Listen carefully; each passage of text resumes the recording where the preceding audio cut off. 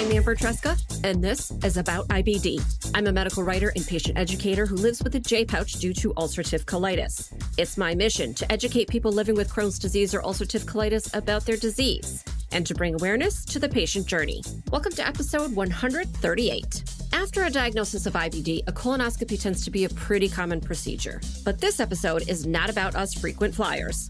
This is about having a colonoscopy to screen for colon cancer. Colon cancer is being diagnosed more frequently in younger people.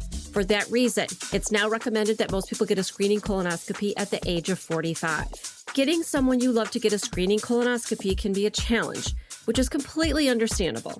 But a colonoscopy is not only for diagnosis. It can actually prevent colon cancer when polyps are removed. My guest is my husband, Michael Tresca, who recently had a screening colonoscopy after turning 50. He details his experiences in using one of the newer preps and how he managed the process. If there is a person in your life that is due for their screening, I hope you'll share this with them. And if you're someone who is involved in administering screening colonoscopies, I hope you'll listen to get an unfiltered perspective. And for everyone else, you might find a tip in here for you, but I can also guarantee you a few laughs. Hey, Mike. Welcome to About IBD. Hi, this is exciting. I love to be a guest on your show. I can't remember how many times you've been on the show. 2 times.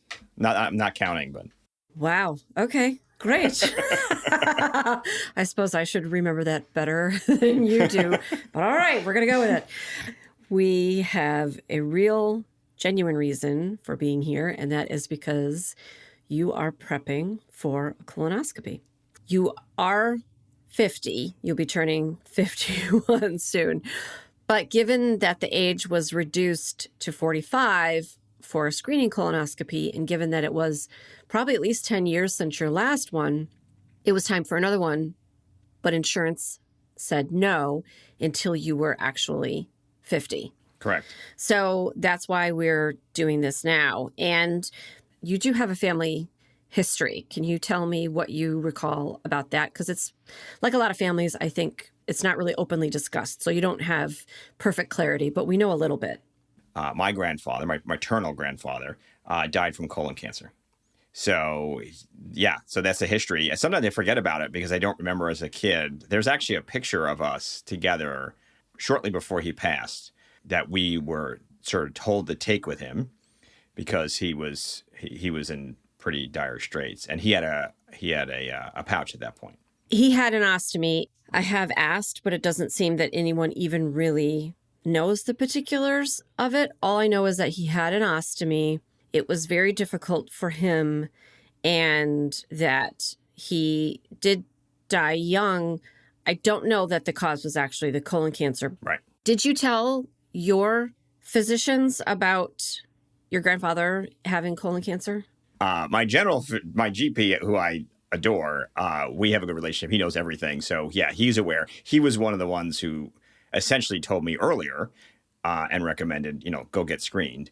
And as soon as I turned 50, he had a checklist of things. So, I don't know that it was an overt concern, but certainly he was like, yeah, as soon as you turn 50, it's time. I don't know that I thought to mention it the first time when I spoke to sort of for the consults. But the second time, now this whole round, of course, I'm qualified by age anyway. I certainly brought it up because I did remember it then. And remind me of when you went in for the consultation. Mm-hmm. It's now August. Yeah. Was it April, May? Yeah. So it took that long to get it scheduled. And it's not exactly perfect. We're kind of shoehorning it in. The kids are starting school the day after tomorrow that you're having this. So it's a little bit less than perfect for us as well. But we know how important it is to get it done. And so I think you just took the first opening that they had. Yeah, there was certainly a timing concern. We've obviously been taking vacation. You didn't want to do it in the middle of that. But I also like the idea at sort of the end of summer. This is clearly a moment in time that signals the end of summer. So I'm okay with it because I do feel like it's never going to be ideal. I did like that. I actually was happy about this time because it is sort of a in-between time. While it's not perfect, I do feel like if you're going to do it, this is the time to do it. And do you remember when I was talking to you prior to scheduling, I say this to everybody. Hopefully I said it to you. Do you remember what I told you to do as far as scheduling is concerned? Always in the morning, as early as possible. Get the first procedure of the day if you can, or one of the first, because then there is not an opportunity for the whole situation to get backed up, no pun intended, and then you're waiting around hungry, usually with an IV in, for things to get going. And it's not against anybody. I'm not saying anybody is slow or that, that anybody intends to do this. It's just something that happens. And so for myself, when I schedule things for the kids, for myself, it doesn't matter what it is. I always try to get the first appointment of the day. I get it out of the way, and then I have my whole day, and I'm not waiting at all. And different procedures obviously have different implications. This one, there's a lot of sort of prep time and recovery time. So for sure, I definitely want it in the morning. All right. So you've been through the procedure once already. Yeah. Both of us, admittedly, our recollection of it is a little bit hazy. This morning, you have not yet begun the actual prep. You're just doing I had a little tiny breakfast and that's all I get to eat for today before. Yep. So do you want to take me through, you sent me to the store for your clear liquids for the day. Do you want to take me through, what you were interested in a clear liquid, let's say, for this day? I kind of overdid it. I think I wanted all of the above. So... which is probably not uncommon because you're like, oh, I'm not going to be eating. What could I possibly crave? So, Jell-O was one. I love lemonade, so lemonade was another. I keep craving broth for some reason just because, I don't know, I think that I have a memory of chicken broth or wonton soup broth. Honestly, the thing I worry about the most is the headaches, really. It's not really being hungry. The apple juice is appealing because it's potentially got some sugar in it. I mean, the lemonade probably does too, I'm sure. So stuff like that. And I think I may have put popsicles in too. There was very little I didn't ask for because, for anything on the list, like take it all and, worst comes to worst, we'll just use it at some point later. But I did. I've padded my supplies as much as possible so I have some options if I'm getting hungry or desperate in some way, shape, or form, which I don't anticipate, but it's good to have options. Right. And I usually like to have the broth on hand as well when I'm prepping, because you do get to the point where you're drinking clear liquids, and that could be water, but I hate water. Everybody knows that I hate water. So I'm going to go for something else. What did water ever do to you? You know what? After the procedure is this going to be 2 episodes? Are we going to do 2 episodes? Or are we going to I don't anticipate this being 2 episodes. Like a cliffhanger at the end? Like, what will happen when he's back? Well, a colonoscopy is essentially a extremely safe procedure. So I don't want to do a cliffhanger and make it seem like, I don't know, let's see what happens, because the expectation, and I think it's reasonable for this, is that everything will go as it should. There shouldn't be any problems. You don't have any other health concerns, and that you will be done and dusted and home, sleeping it off about 9 o'clock tomorrow morning. I think it would be amazing to have a toilet flush transition noise between when I leave, when I'm done and when I come back. Do you want to produce this episode? Is that where we're at right now? You're trying to produce this episode? I'm giving you notes. That's all. Okay. All right. Note taken. But what would you say to the people who are hesitant for whatever reason about scheduling that appointment and about getting the process started? I'm going to ask you this question now, and then I'm going to ask you again after the procedure. But what would you say now? So I think my perspective probably over time has changed. And, to your point, there's definitely obstacles that I could see why people put it off. But conversely, I mean, look, you run this podcast. We try and live what we're talking about here, walk the talk. I think it's critical. The family history is critical. One of the things that's great with my general practitioner, he really doesn't, it's not a dialogue. It's like, go do it, right? He's not like, do you think you want to do it now? I'm like, no, let's do it. So it's just a process. It is important. It's part of aging. You certainly don't want the alternative as someone who had it in their family, which is to be surprised by a medical event, as you and I have been. And I don't want to go through that ever. I wouldn't want to put you through it, and I don't want to be put through it. So in anticipation of that, with that experience under our belt, yeah, thank you. I will. If my biggest problem is something doesn't taste great or I'm a little inconvenienced, I think I'll manage. So, to put it in a nutshell, would you say that coming away with a clean bill of health as far as colonoscopy and colon cancer and any other associated things that might be found incidentally during a colonoscopy is more important to you than the inconvenience and perhaps the difficulties of the actual prep, which include drinking something maybe a little bit unpleasant tasting, and then, of course, going to the bathroom a lot? Yeah. Yes. Yep. That sounds. Let's just do what you said. Well, we will always use what I said. Whether or not we use all of what you said is up for grabs. Yeah, I've made my peace with that. What is it that you want to eat when you're finished? Because I will go and get it, and then I will pick you up. I don't know. I think we were really disappointed the last time I did it because I really wasn't hungry coming out of it. And part of that is just sort of the circumstances, right? You go long enough not eating, and then it turns into this other experience. It's not just raging hunger. I'm sure maybe that comes back as the drugs wear off. Maybe a turkey burger. I think maybe that. A turkey burger? Yeah. You're going to eat a turkey burger at like 9 in the morning? Or do you want it later in the day? Probably later in the day. Mm-hmm. Yeah. I don't think I'll be hungry. I don't know. I mean, I could be totally wrong. Yeah. If it was for I didn't even think about that. If it's for breakfast, it would probably be an egg bagel sandwich. But I mean, it's just I don't think it's that exciting. I just don't anticipate being super ravenous. Maybe I will be. I know. She's like, son of a, you're ruining it for me. Eat something. Eat something. And enjoy it. And I want to watch you do it. You have to do that every day.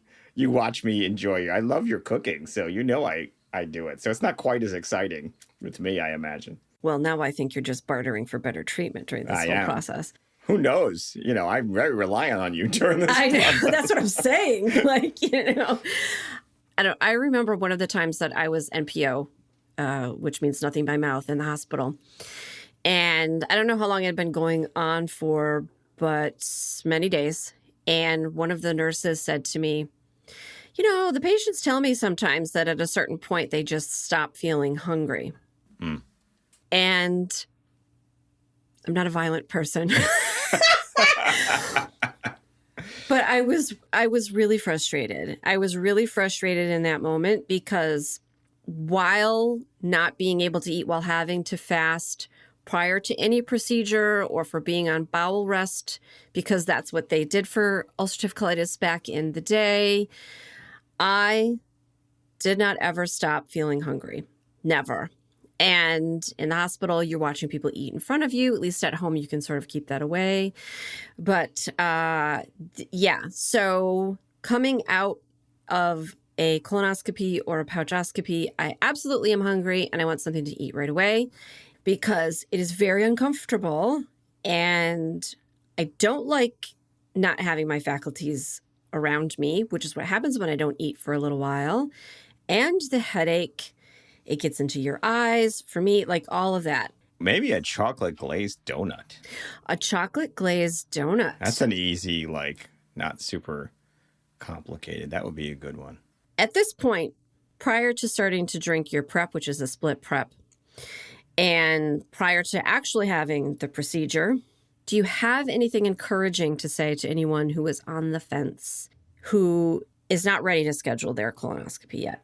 Well, I mean, you said it. Being a colonoscopy buddy, I think, is probably very educational, right? So going through it or working with someone who's gone through it, or even just helping somebody else, really dispels a lot of sort of the mystery around this. So I think that's great. And then certainly talking to your GP was very helpful. The other thing I'll say, though, is just a lot of sort of old information about the way this used to be around the taste, around the drink. There's people who either did it a long time ago or they've heard about it or they did do it and it was gross, years and years, decades ago. And so they're not looking forward to it. And there's more options now. My conversation with the doc, he was like, oh, yeah, it's way better. Like it's just way better, So there's a lot of that too, where I think people have preconceived notions because that's probably been either their experience or someone they know, and that's not true anymore. So engaging with the whole process and anybody in the medical community who's qualified to talk about it goes a long way, right? Just dispels a lot of that stuff to see the improvements. And that's true for a lot of these medical procedures where you're like, oh, it's gotten easier, or they've done, it's better. Or if you have a challenge with drinking, there's other options. Didn't think that was available before when I first did it. So yeah, all that adds up to, it's not something to be avoided. I understand why people don't like it. Sort of getting exposure to it goes a long way. And it certainly makes it easier for me. So you would say, I'm going to boil it down. Oh, good. Okay, yes, please. Talking to your doctor, asking for the option that's right for you for prepping and for the day of the procedure, and then also reaching out to a trusted person that you know who's had the procedure recently are the two things that you would say are important to do as you prepare for this process. Absolutely. Yeah, a colon. There's got to be a cute name for colon buddy, but yeah, I really do think it's a life goal. Have people in your life who can take you to your colonoscopy. I think that's a great thing. And bring you your favorite sandwich or food. If you have somebody like that, you're blessed, and I think it's a good thing to have. And again, if they can do it for you, you can do it for them. And I think that's a great thing as well, which sort of dispels a lot of the mystery. It is normalized more too. I think the other thing too is it's just gotten easier for, I'm not shouting it to the world, but I also, when I say I have to have a day out, and then people go, oh, I hope everything's okay. You're like, actually, it's a colonoscopy. Oh, okay, no problem. And by the way, I had it too. So it's certainly normalized. Part of that's aging, to your point. So as we all get older, it's a little bit more common. I don't know. I have no idea the history of this prior, but my feeling is it definitely wasn't, unfortunately. So that helps too.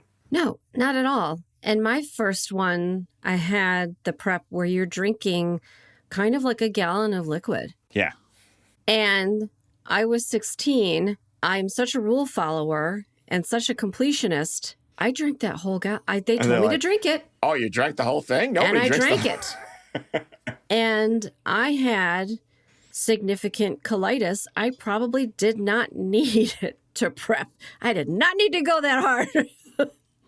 I was already having diarrhea all the time anyway. I did it. And it wasn't wonderful, but I wanted to get better. So that's a very Amber story. Yeah. Yes. Well, all right. Any final thoughts on this side, the pre-prep, pre-procedure side of the colonoscopy? It sure does help to record a podcast before you do it. I feel like I'm doing it for all of you.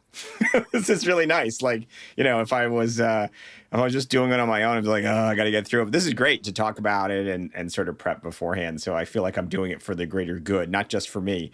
But yeah, I would say just do it. Just do it. It just needs to get done. We want to stay healthy. And frankly, because we try to be physically fit, to me, this is part of my regimen. It's just like walking to be fit or trying to watch what you eat, which I fail at all the time. This is the right thing to do because it's part of a healthy lifestyle. So if we're all in, and that means sometimes you have to have a camera up your butt.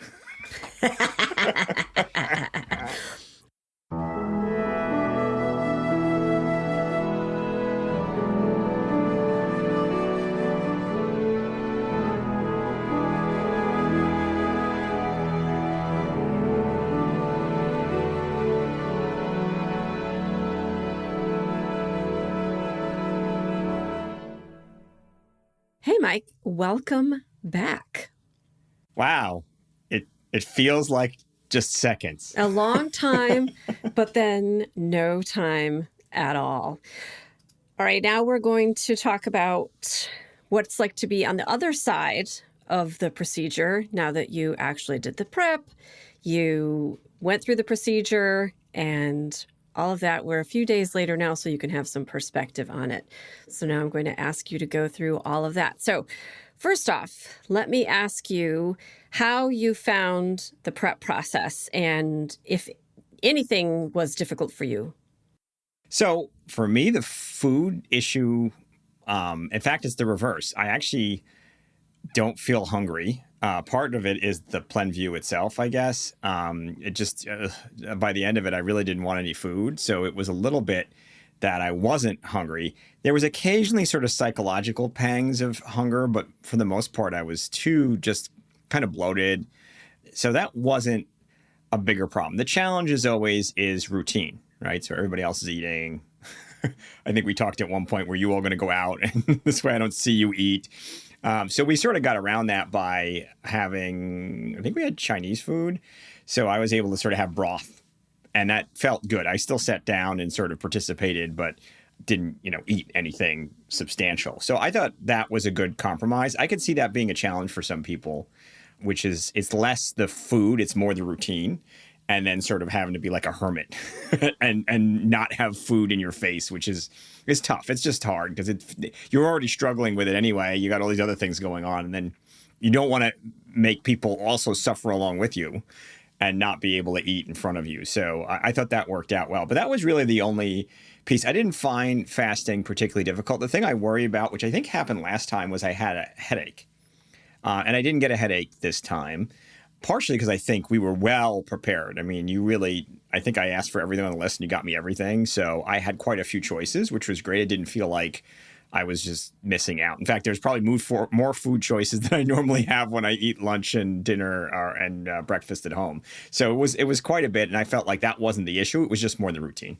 Right. So you had enough clear liquids on hand that you felt like you could sort of scratch that itch by choosing something that was either a little saltier or a little sugary. Exactly. Right. All right. So let's talk about the actual prep, because that was Plenview. It's a split prep. It was, I think, 16 ounces of liquid that you're drinking twice, a certain number of hours apart. I've never used that prep. This is your first time using it. How did you find it? And maybe compare it to the last time that you prepped and what you did then. I think the first thing to acknowledge is I probably didn't do everything right, which is also typical for me. So I thought I knew what the instructions were. We had quite a few different not conflicting, but certainly not agreeing instructions. There was the instructions on from the pharmacy. There were instructions with the Plenview itself. And then there were instructions from the doctor's office. And of course, the doctor's office tells you to just follow what they say. And they started to blend together after a bit as terms of timing and all that. So one of the things you're really not supposed to do, which of course I did, was take it as quickly as possible. There's almost anxiety in taking it because it does not taste good. It has a very weird bubble gum sort of Gatorade taste, and the smell isn't great. It's not terrible, but it's sort of unnatural, I think is probably the way I'd put it. So it just feels like it's something you shouldn't be drinking, and that kind of causes a little bit of a reaction sort of viscerally when you smell it or start drinking it. The first course wasn't a big deal. Partially because I didn't know what it was in for, and it didn't bother me as much. But honestly, after using it, I was a little bit like, ugh, okay. Knowing I had to do the second one, that started to build some anxiety. And the second one was a little tougher, partially because I knew what it tasted like, and I was sort of in for it. The second one I drank too fast, and I almost threw up. So I drank it too fast, and one of the ways you get around that is you do not guzzle it like I did. So I think it's absolutely manageable. So, but then it was done. And what was also interesting is the first round, I really didn't go. I was like, it's kind of not working. It was a little concerning. The second round, absolutely working full speed ahead, which is challenging because we were doing the actual procedure in the morning. So you're really not sleeping. There's no way to sleep. You just can't. You're going to be in the toilet so often and so frequently. After a certain point, you kind of give up leaving the bathroom. But a lot of this dialogue that you get, because it's a lot of text from all of these places that aren't 100% agreeing with each other, is procedure, but not your end goal, right? Your end goal is to essentially be clear. And not surprisingly, I think I probably did get dehydrated. I started to get cold. So that's something, when I mentioned it to the nurse, they were like, yeah, you got dehydrated. I'm like, I don't know how you get around this. Like, there's sort of, you're trying to sleep, you're trying to prep, you're trying to go. I was fairly confident going in that I was okay. Like, the drugs did what they did, even though I may have not been perfect on the time frame. I certainly guzzled it too fast the second time. I did what I did. I got to the end result, which is what they want. So that made me feel better. I imagine a lot of people have a lot of anxiety going in, not sure if, because that's the worst thing, go through this and not do it right? So that's one thing. The other thing I think, which they don't talk about at all, really bugs me, and maybe I missed it, is what you should dress for this procedure. It's kind of sweatpants and, but all comfortable, like, because I'm going to be either removing it or sort of moving it around. So that's the stuff that I feel like people actually worry about, right? So for me, because I'd been through it once before, that was not a concern. And of course, I happen to live with an expert, so it helps a lot. All right. So tell me what happened when you got to the endoscopy center. You were saying that you weren't sure that you were dressed appropriately or properly, but what was that like? And then what was the recovery process like? Yeah, so the process was pretty straightforward. We actually know the center, which was great. So we've been there. My nurse, she was the one who had called me earlier because there were some shifts in timing, and she had asked me if I had any questions. Very nice person, set me up, essentially had me sit down and then talk me through all their stuff. And they were very respectful. I have to keep pointing out, though, like, you are not 100%. Because at that point you hadn't eaten for a while. But it seemed like it was pretty straightforward, which was, you sit here, we're going to give you a drip, an IV drip. So they do need to find a vein. I'll tell you, the problem that cropped up, not surprisingly, was I was cold because I was probably dehydrated. So they had difficulty finding a vein. They did find it, but there was a little bit of like, oh, geez, so it took a while. And then you sort of wait there. So, you're in this sort of, it's a curtained room. And she let me use my phone for a little bit, but you put all your possessions in a bag. I was like, I just want you to know my whole life is in this bag. Don't lose this bag. She laughed. She was like, it's true. And they walk you to the, what do you call it? What is that called? This endoscopy? The endoscopy suite. So now you lay down, and then it's a whole different group of people, right? So now it's the anesthesiologist. My doc came in at the end. There was another nurse. They introduced themselves, and they are just rocking and rolling, right? So there's not a lot of chit chat. They gave me air. So they put that up your nose, and they're sort of buzzing around you while you're getting ready. And of course, now you're kind of butt hanging out a little bit, kind of on your side. And then the anesthesiologist came over, and he introduced himself. I don't remember his name. And he says, any questions? And I said, do you want me to, he said, I'm going to start the anesthetic. Do you, are you okay? And I said, oh, do you want me to count down? And he laughed. He says, you can try. So I did. I tried to count down from 20. And then I got a very strong smell which I don't know was a side effect. I don't know if that was actually a smell, but it was sort of interesting just before I went out. That was kind of metallic. And then I was out. And I know I was out because I woke up still counting. Like I was still going 21, 20, and I was like, wait a minute, I'm not even in the room. Now I'm in a outpatient room, I guess. And a different nurse met me there and said, okay, how you? Oh yeah, I should say the doc showed up just before, and he was like, how you doing? And he's like, are you hungry? I was like, no, I'm just kind of thirsty. He's like, I owe you a nice beverage. I was like, you're not giving me anything. Like, you're not, I'm not even going to see you again. Okay, but thanks. I appreciate that. So he was very nice. And, because again, how long you talk to him? For about 30 seconds as they were all moving around. So woke up, didn't see him, see the nurse, kind of is like, you have to sit up. And I was like, okay. But I was tired, like really out of it. And so I kind of was sitting there trying to wake up, and she was like, don't fall asleep. And I was like, okay, well, I'm pretty knocked out. When we were in the waiting room, we saw someone come into the waiting room. So I thought that's where we were going, but they walked me straight to the car. You were ready, and we were whisked away to home. Then literally you pull up, and I didn't even see your nurse. You were on your own. Yeah. I had asked you the last time we recorded what you would prefer to eat when I picked you up. So I went and got an egg sandwich since it was like 9 o'clock in the morning, and a donut. Had those for you. You ate, I think, the egg sandwich when we got home, and then you went right to bed and lay down, and you were out. Yeah. Yeah, and you slept most of the day. I think probably the thing that I underestimated most, and I don't remember this last time, was how much that anesthetic knocked me for a loop. So that was the biggest thing, which felt different, was that I not only was out that day, I didn't feel right all day, and I really actually didn't feel great the next day. Not bad, but sort of just disconnected and woozy. And I was surprised how strong that was. And one of the things I did try to ask was, when are we going to have a discussion about how it went? Right now, I know they're not going to, they obviously sent things out for biopsy or whatever. So you don't get sort of an immediate answer. I knew about it before the care team reviewed the data because of the patient portal. And I think if that goes differently, where a person has very bad results, that is not great. So now I don't know, maybe there's some breaks that get put on it where it doesn't get shared with you first, but it was more than a day after I saw the results that I got a call. So I knew well, frankly, I didn't need the call. The call confused me actually, because I was not clear on why they were like, I was like, okay, but because the call didn't contribute anything. They were like, yeah, you're good. See you in 10 years. But for me, if there had been something problematic in the scope results, I would not want to find out by looking through a patient portal. Yeah, and I don't have an answer to that, actually. However, I would say this. It is very likely if there were something concerning that someone would speak to you before you left the endoscopy center. So I think the fact is that you are over 50, you had a little polyp, that's kind of to be expected. They removed it. It didn't look concerning at all. There wasn't really anything of note. So for you, like it might have been a little different than it would be for someone who had something concerning.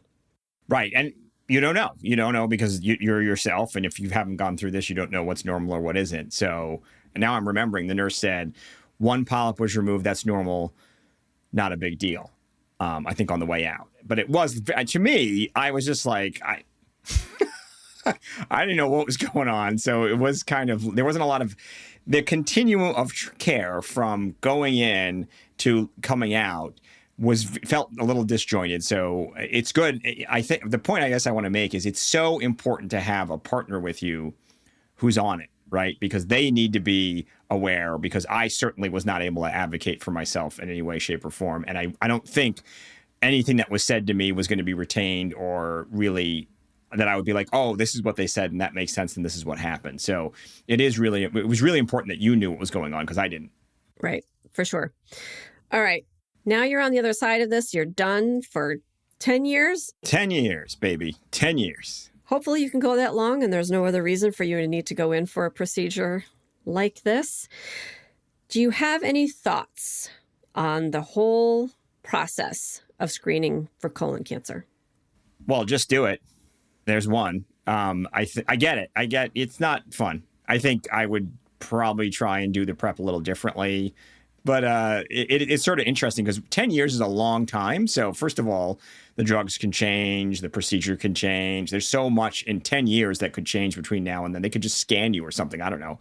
So it is a long time between visits to sort of be like, well, let me do this differently. But yeah, I certainly would try and follow the directions from the doctor's office versus trying to read all this other stuff. Frankly, it's almost like don't even look at it compared to the doctor's office because that's what they want you to pay attention to. There were other things I didn't do right. They were like, you're not supposed to have any Metamucil, which I regularly have. They don't want you to wear any kind of cologne. Missed that.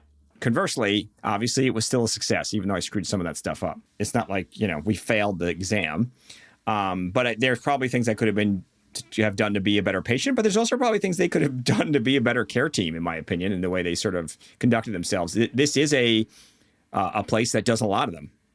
And it felt like that. It felt like a little bit of a factory. So there wasn't a lot of nuance. If you had any concerns that were unusual, or it felt like if you had an actual circumstance. But I assume, to your point, if there was, I would have been treated differently. I just don't know. I don't know. So I guess maybe it's a luxury that I was like, well, I just kind of went in there and nobody talked to me and it went home and it was good. That was the end. But yeah, I would say that doing it is absolutely, to have the peace of mind was critical, right? Just because it is one of those things that you don't want to, if this was the reason that you said, oh, I don't like the way something tastes, to not, potentially avoid some really bad situations down the road, that's not a good excuse. So absolutely, I'm glad we did it. Prior to actually going in for the procedure, do you think you should have asked more questions? Maybe. Some of these things didn't occur to me, right? One of the problems we had was that this was scheduled so far out. By the time we did get around to it, it was like, oh, yeah.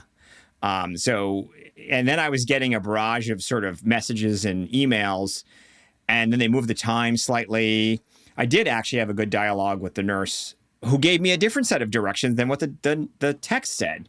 So there was also that too, where, you're just like, well, wait a minute. Now that's a fourth source saying something slightly different with timing and when, she was like, don't eat anything that day at all, which is not what the instructions said. You could have breakfast in the street. So, you start to get really wound up. And especially if you're somebody who wants things a certain way, this is all about giving up control, honestly. So, yeah, I also think at a certain point, there's only so many questions you can ask, and you just have to go, well, did my best, you do your best, see you on the other side. And that's the way I see it. All right. Well, we did do our best and everything turned out fine. Well, thanks, Mike. I think this didn't turn out exactly how I thought our discussion would. My whole point of this was for people who have any concerns about the process to sort of demystify it for them. But people who are having a screening colonoscopy for the first time, there's obviously, there can be a lot of concern, a lot of worries.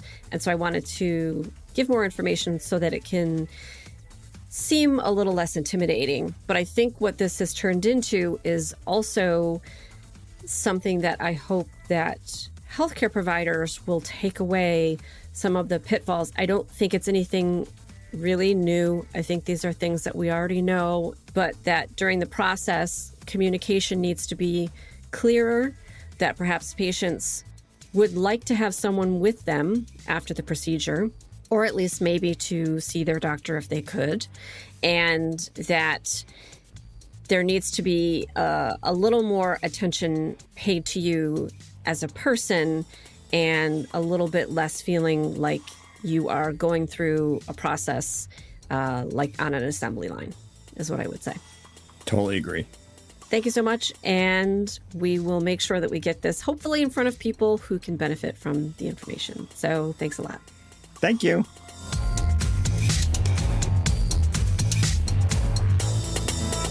Hey, super listener. Thanks to Mike Tresca for agreeing to be interviewed for this episode. I promise he did enter into it willingly. Mike can be found across social media as World of Wellstar, where he publishes a variety of information and materials for tabletop role-playing games.